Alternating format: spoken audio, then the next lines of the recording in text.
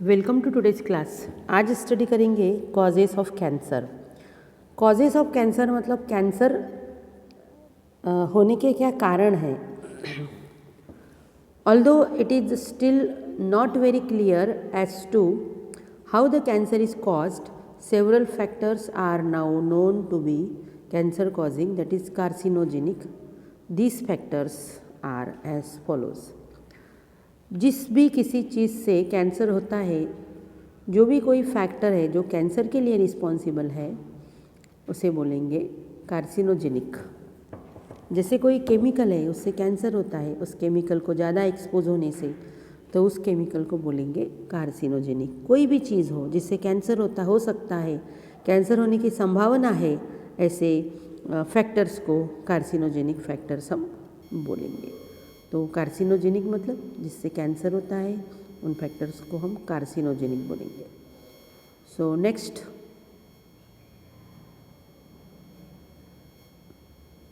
Chemicals.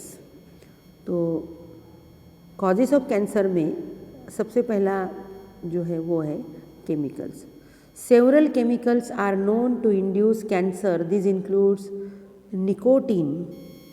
अब जो chemicals है, जिस केमिकल से कैंसर हो सकता है, वो है निकोटीन, जो टोबैको में रहता है। नेक्स्ट है निकोटीन, नेक्स्ट है कैफीन। ये तो इससे निकोटीन है, कैफीन है, products of combustion of coal and oil, several polycyclic hydrocarbons, some sex hormones and steroids, if given or secreted in large amounts, may cause cancer. Breast cancer seems to have hormonal relationship. It is more commonly observed in women who avoid breastfeeding. तो cancer causing agent में सबसे पहला है nicotine, जो tobacco में होता है। तो जो लोग टोबैको का कंजम्पशन करते हैं, उनको माउथ कैंसर हो सकता है, लंग कैंसर हो सकता है। कैफीन, उसके बाद products of combustion of coal and oil. Coal and oil combustion के बाद जो प्रोडक्ट्स फॉर्म होते हैं, जैसे कार्बन मोनोऑक्साइड है, जो भी प्रोडक्ट्स फॉर्म होंगे उससे, उनको इनहेल करने से लंग्स का कैंसर हो सकता है। फिर सेवरल पॉलीसाइक्लिक हाइड्रोकार्बन्स है जिससे कैंसर हो सकता है। सेक्स हार्मोन्स है एंड स्टेरॉइड्स है, अगर वो ज़्यादा अमाउंट में बॉडी में सीक्रेट होते हैं या फिर ज़्यादा अमाउंट में दिए गए हैं, तो उससे भी कैंसर हो सकता। ब्रेस्ट कैंसर ये कॉमन कैंसर है फीमेल में। तो ये ब्रेस्ट कैंसर है हार्मोनल रिलेशनशिप। तो ये जो ब्रेस्ट कैंसर है, ये हार्मोन्स कम ज़्यादा सीक्रेट होने से हो सकता है, या फिर जो भी वुमन ब्रेस्ट फीडिंग अवॉइड करती है, उनको ये कैंसर होने की संभावना होती है। नेक्स्ट जो है वो है रेडिएशन। द एक्स रेज है, गैमा रेज है, उसके बाद कॉस्मिक रेज है, अल्ट्रा वायलेट रेज है, एट्सेट्रा आर कार्सिनोजेनिक। ये सब रेज जो है ये कार्सिनोजेनिक है, इनको एक्सपोज होने से कैंसर हो सकता है। Incidence of skin cancer is higher in people working in very sunny areas due to UV radiation in the sunlight. जो लोग धूप में काम करते हैं, तो उन्हें स्किन कैंसर की ज़्यादा संभावना होती है, क्योंकि जो सन रेज है उसमें अल्ट्रा वायलेट रेज होते हैं, और उसमें अल्ट्रा वायलेट रेज से स्किन का कैंसर होता है। उसके बाद नेक्स्ट है viruses. Viruses causing cancer have genes called viral oncogenes और वी ऑन्कोजीन्स। तो वायरस से भी कैंसर हो सकता है। एक कैंसर है फीमेल में, जो सर्विक्स का कैंसर होता है फीमेल में। ये यूट्रस है, और यूट्रस का ये जो पार्ट है, this part is called as cervix. ये सर्विक्स है। तो ये जो सर्विक्स है, तो इस सर्विक्स का कैंसर फीमेल में होता है ज़्यादातर। यूट्रस के नीचे का पार्ट है ये, यूट्रस का निचला वाला हिस्सा। तो ये जो सर्विक्स का कैंसर है फीमेल में एक वायरस से होता है। अगर वो वायरस इन्फेक्ट करता है सर्विक्स को, उस वायरस का नाम है HPV, ह्यूमन पैपिलोमा वायरस। तो उस वायरस के इन्फेक्शन से फीमेल में सर्विक्स का कैंसर हो सकता है। उसके बाद ये जो वायरस है, वायरसेस का पॉइंट हो गया। अल्ट्रावायलेट रेस को ज़्यादा एक्सपोज होने से, धूप में ज़्यादा रहने से भी कैंसर हो सकता है।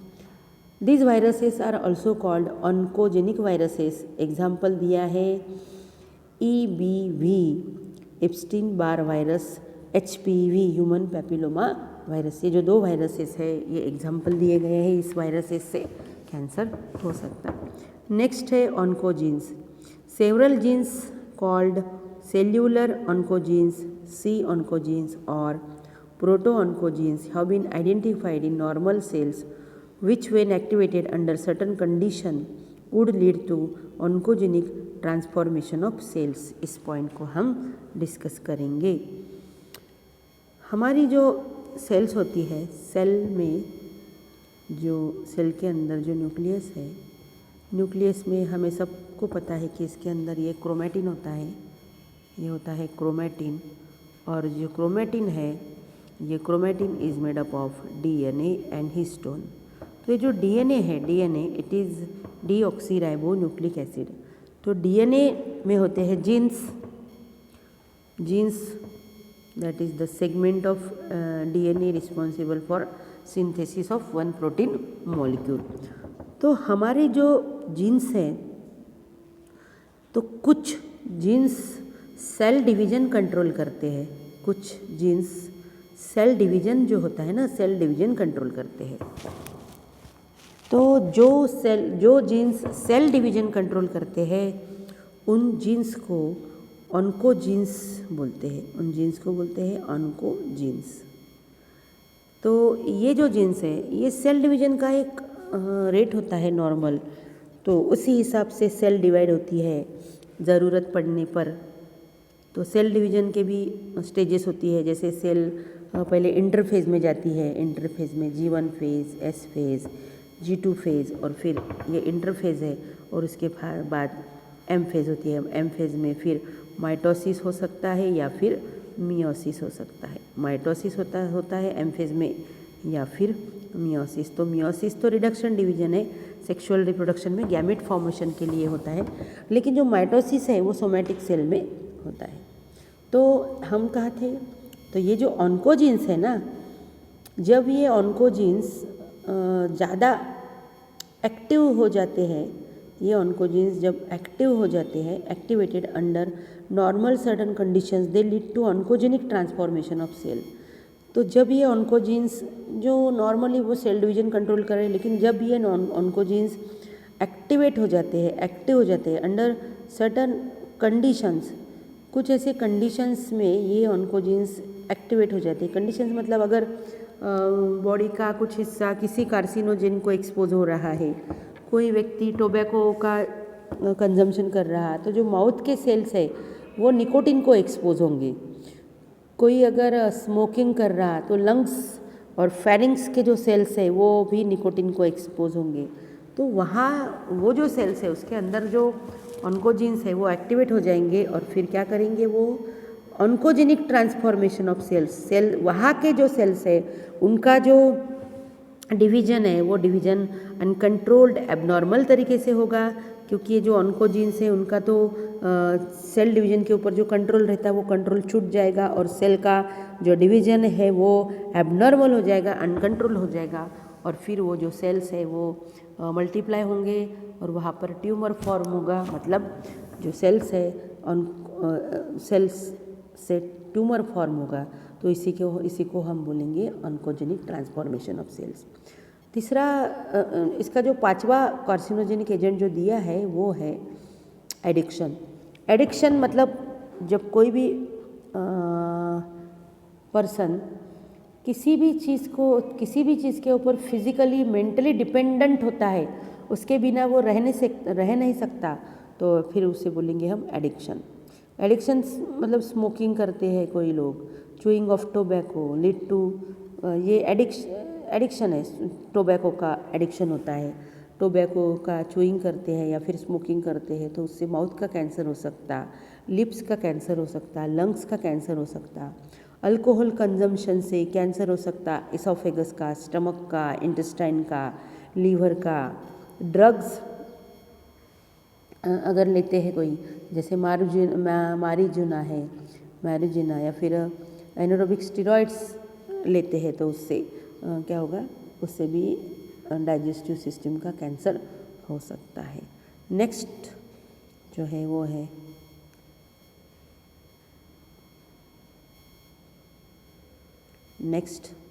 यहाँ पर एक टेबल दिया है, उस टेबल में कुछ कार्सिनोजेन दिए हैं और हम अगर उस कार्सिनोजेन को एक्सपोज होते हैं तो हमारे बॉडी का कौन सा पार्ट अफेक्ट होगा।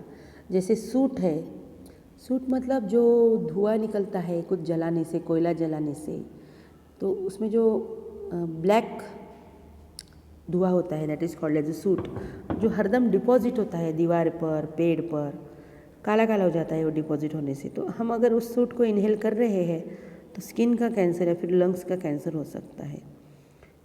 ये कोल टार 3,4 बेंजोपायरिन, इससे इसको अगर हम कोल टार को अगर हम एक्सपोज होते हैं तो स्किन एंड लंग्स अफेक्ट होंगे। सिगरेट स्मोक अगर कोई कर रहा है तो सिगरेट के स्मोक में एन नाइट्रोसोडिमिथेलिन रहेगा और उससे लंग्स का कैंसर हो सकता। कैडमियम ऑक्साइड को एक्सपोज होने से प्रोस्टेट ग्लैंड का कैंसर हो सकता। अल्फा टॉक्सिन ये मेटाबोलाइट ऑफ एस्परगिलस फ्लेवस मोल्ड है ना, एस्परगिलस फ्लेवर नाम का जो मोल्ड है उस मोल्ड का ये प्रोडक्ट है, मोल्ड से मिलने वाला ये सब्सटेंस है अल्फा टॉक्सिन, इससे लिवर का कैंसर हो सकता है। फिर 2 नेफ्थिलामाइन एंड 4 अमाइनो बाइफिनिल, इससे यूरिनरी ब्लैडर का कैंसर हो सकता है।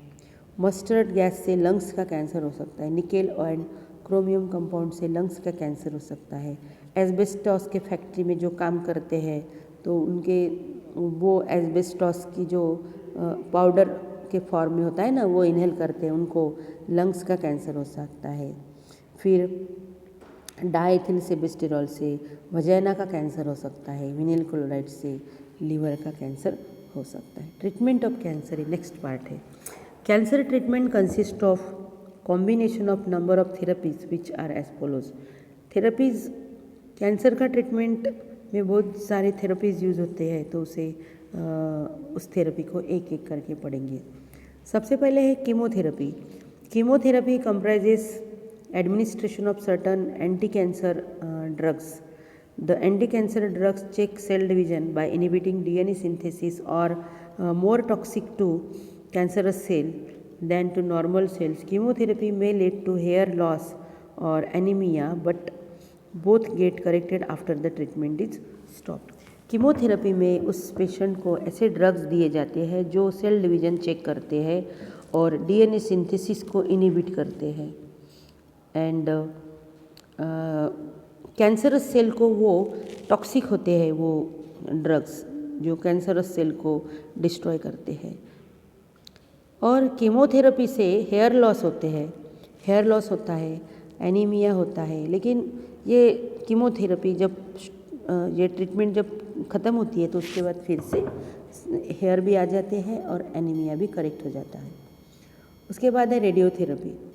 रेडियोथेरेपी मतलब रेडिएशन से जो कैंसर की गांठ है उसे जला देते हैं, उसे बोलते हैं रेडियोथेरेपी। ट्यूमर को जला देते हैं।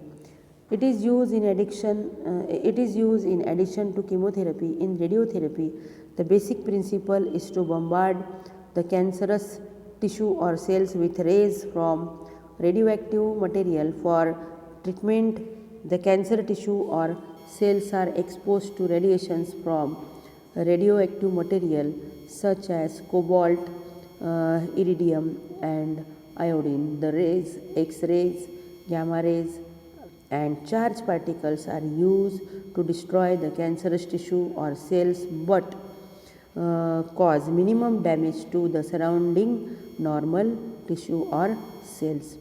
तो रेडियोथेरेपी यूज़ होती है in addition to chemotherapy. Radiotherapy में ये रेडियो एक्टिव एलिमेंट्स यूज़ करते हैं, जैसे कोबाल्ट 60 है, इरिडियम है, और आयोडीन का भी यूज़ होता है। तो इससे निकलने वाले जो रेज है, x rays, gamma rays and कुछ चार्ज पार्टिकल का बम्बार्डिंग होता है कैंसरस टिश्यू पे या फिर कैंसरस सेल्स पे और ट्यूमर पे, तो जिससे वो टिश्यू कैंसरस सेल्स डैमेज हो जाते हैं, कैंसरस सेल्स जो है वो डिस्ट्रॉय हो जाते हैं। लेकिन कैंसरस सेल डिस्ट्रॉय होंगे, कैंसरस ट्यूमर डिस्ट्रॉय होगा, और जो सराउंडिंग हेल्दी सेल्स हैं उन्हें ज़्यादा डैमेज नहीं होगा। नेक्स्ट है सर्जरी। सर्जरी में सर्जिकली कैंसर को रिमूव करेंगे, सर्जिकली ट्यूमर को रिमूव करते हैं। In surgery the entire cancerous tissue और cells are removed surgically. It has limited utility in certain cases such as breast tumor or uterine tumor.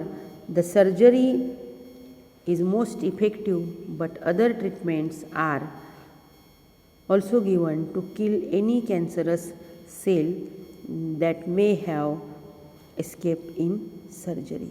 तो surgery से जो cancer है वो रिमूव करेंगे, ट्यूमर रिमूव करेंगे। ब्रेस्ट कैंसर में tumour remove करने के लिए सर्जरी होती है। यूटरस में जो ट्यूमर होता है, फाइब्रॉइड्स जिसे बोलते हैं, उसके ट्रीटमेंट के लिए भी यूटरस को रिमूव कर देते हैं सर्जरी से। और फिर सर्जरी के साथ साथ और दूसरी ट्रीटमेंट भी लेनी पड़ती है, क्योंकि जो कैंसरस सेल्स बॉडी में स्प्रेड अगर होते हैं तो सर्जरी से तो वो रिमूव नहीं हो गए, तो उनको डिस्ट्रॉय करने के लिए दूसरी जैसे कीमोथेरेपी भी लेना पड़ता है। इसके बाद है immunotherapy. Tumor cells have been shown to avoid detection and destruction by immune system. Therefore, the patients are given substances called biological response modifiers such as alpha interferon, which activates their immune system and help in destroying the tumour. हमारी body में जो immune system होती है, immune system के जो sales है, immune system के sales cancerous cells को डिस्ट्रॉय करते हैं। जैसे इम्यून सिस्टम में जो सेल्स होते हैं, अलग अलग प्रकार के सेल्स होते हैं, टी सेल्स है, बी सेल्स है। तो ये जो सेल्स है ना, किलर टी सेल्स है, killer T cells cancerous cells को डिस्ट्रॉय करते हैं। कुछ मैक्रोफेजेस है, वो भी कैंसरस सेल को एनगल्फ कर सकते हैं। तो हमारे बॉडी में तो ये मैकेनिज़्म है कि कैंसरस सेल्स को जो इम्यून सिस्टम के जो सेल्स है, वो इम्यून सिस्टम के सेल्स जैसे टी सेल्स है वो डिस्ट्रॉय करते। लेकिन जब इम्यून सिस्टम कमज़ोर होती है तो कैंसरस सेल डिस्ट्रॉय नहीं होते। तो इसलिए इम्यूनोथेरेपी से उस पेशेंट को जैसे अल्फ़ा इंटरफेरॉन दिए जाते हैं। अल्फ़ा इंटरफेरॉन से जो अल्फ़ा इंटरफेरॉन है, अल्फ़ा इंटरफेरॉन से क्या होगा, अल्फ़ा इंटरफेरॉन ये एक इम्यून सिस्टम का ये पार्ट है, अल्फ़ा इंटरफेरॉन। तो इससे क्या होगा बेटा, उससे हमारी इम्यून सिस्टम भी स्ट्रांग होंगी और इम्यून सिस्टम के जो सेल्स है वो सेल्स भी एक्टिवेट होंगे और वो सेल्स क्या करेंगे, वो सेल्स जो कैंसरस सेल्स है, कैंसरस सेल्स को डिस्ट्रॉय करेंगे। तो इस तरह से ये इम्यूनोथेरेपी है। उसके बाद जो नेक्स्ट है वो है इम्यूनोथेरेपी के बाद supportive therapy. Supportive therapy is used to treat symptoms of cancer and side effects of cancer treatment. Supportive therapy में जो कैंसर से जो सिम्टम्स डेवलप होते हैं उनकी उस सिम्टम्स की ट्रीटमेंट की जाती है, और जो साइड इफ़ेक्ट्स होते हैं कैंसर के, उस साइड इफ़ेक्ट की भी ट्रीटमेंट की जाती है। Objective of this therapy is to improve the quality of life of cancer patient this therapy varies depending upon condition of individual patient. तो इस थेरेपी के ऑब्जेक्टिव क्या है कि जो क्वालिटी होती है लाइफ की, कैंसर पेशेंट के लाइफ की क्वालिटी बढ़ाई जाए, जैसे उसका दर्द कम किया जाए, जो भी सिम्टम्स उसमें है उस सिम्टम से उससे दर्द होता है तो वो दर्द कम किया जाए, मतलब उसकी क्वालिटी जो है लाइफ की वो इम्प्रूव की जाए। लेकिन ये भी थेरेपी जो है पेशेंट के स्टेज पे डिपेंड करती है, अब उस पेशेंट की स्टेज क्या है। तो इस तरह से आज हमने ये कैंसर कंप्लीट किया है। कैंसर को मैंने 2 पार्ट में पढ़ाया आपको। जैसे पहले पार्ट में हमने टाइप्स ऑफ कैंसर तक लिया था और अब ये कैंसर की